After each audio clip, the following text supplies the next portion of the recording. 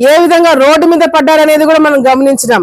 ఈరోజు చేతగాని ముఖ్యమంత్రిగా జగన్మోహన్ రెడ్డి గారు పేరు తెచ్చుకున్నారు, చేతగాని ఎమ్మెల్యేలుగా గతంలో వైసీపీ నాయకులు పేరు తెచ్చుకున్నారు.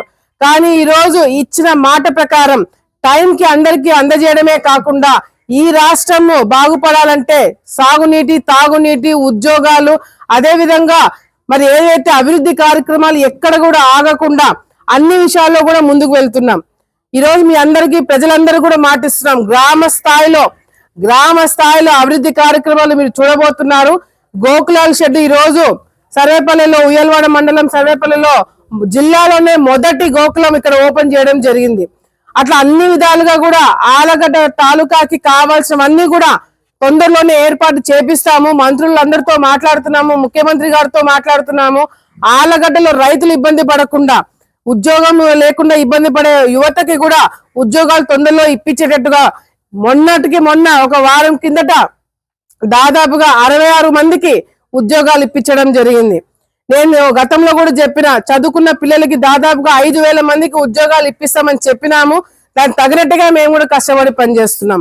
గ్రామాలలో రోడ్లు వేపిస్తామని చెప్పాము, దానికి తగినట్టుగా నిధులు ఇవ్వడం జరిగింది. ఇంకా వచ్చే రోజుల్లో ఇల్లు కావచ్చు, పెన్షన్లు కావచ్చు, రోడ్లు కావచ్చు, ఏది స్థలాలు కావచ్చు, అన్ని విధాలుగా కూడా ప్రజలకు అందుబాటులో ఉండి పనిచేసేదానికి మేమందరం కూడా కృషి చేస్తామని చెప్పి కూడా సందర్భంగా తెలియజేసుకుంటూ, అభివృద్ధి విషయంలో ఎక్కడ కూడా కాంప్రమైజ్ కాకండి, అందరికీ పనులు చేయండి.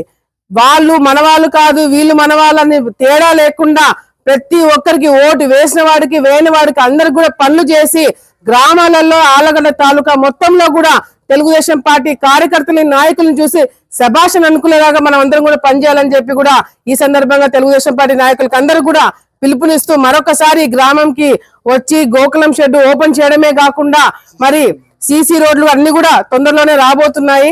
మరి పెన్షన్లు అన్ని కూడా ఈ రోజు కొంతమందికి పెన్షన్లు కూడా పంచడం జరిగింది. తొందరలోనే వచ్చే రోజుల్లో కూడా అన్ని అభివృద్ధి కార్యక్రమాలు చేపిస్తామని చెప్పి కూడా ఈ సందర్భంగా తెలియజేసుకుంటూ, ముఖ్యంగా ఉయ్యలవాడకి ఏదైతే లిఫ్ట్ ఇరిగేషన్ ఒకటి కావాలని చెప్పి గతంలో ఒక ప్రపోజల్ ఉంది, అది కూడా ప్రభుత్వం దృష్టిలో మేము పెట్టడం జరిగింది. దాదాపుగా 2 లేదా 3 కోట్ల రూపాయలతో పని అయిపోతుందని చెప్పడం జరిగింది. అది మంత్రి గారితో, కలెక్టర్ గారితో మాట్లాడి వెంటనే ఆ పనులు కూడా మొదలు పెట్టిస్తామని చెప్పి కూడా ఈ సందర్భంగా రైతులకందరూ కూడా భరోసా ఇస్తున్నాము. ఎలా ఉన్నారు? నేను మీ కిరాక్ సీత.